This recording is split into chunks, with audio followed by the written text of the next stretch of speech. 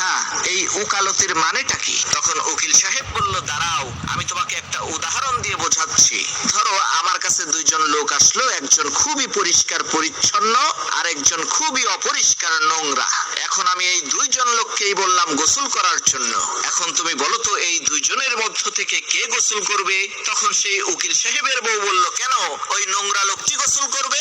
উকিল সাহেব বলল, না, ওই পরিষ্কার লোকটি গোসল করবে, কারণ তার গোসল করার অভ্যাস আছে। আর ওই নোংরা অপরিষ্কার লোকটি তো গোসলের মর্মই বোঝে না, ও গোসল করবে কেন? উকিল সাহেব আবার তার স্ত্রীকে বলল, এখন বলো কে গোসল করবে? উকিল সাহেবের স্ত্রী বলল, ওই পরিষ্কার লোকটি গোসল করবে। উকিল সাহেব বলল, না, বরং ওই নোংরা লোকটি গোসল করবে, কারণ তার গোসল করার প্রয়োজন, আর পরিষ্কার লোকটির তো গোসল করার প্রয়োজনই নেই।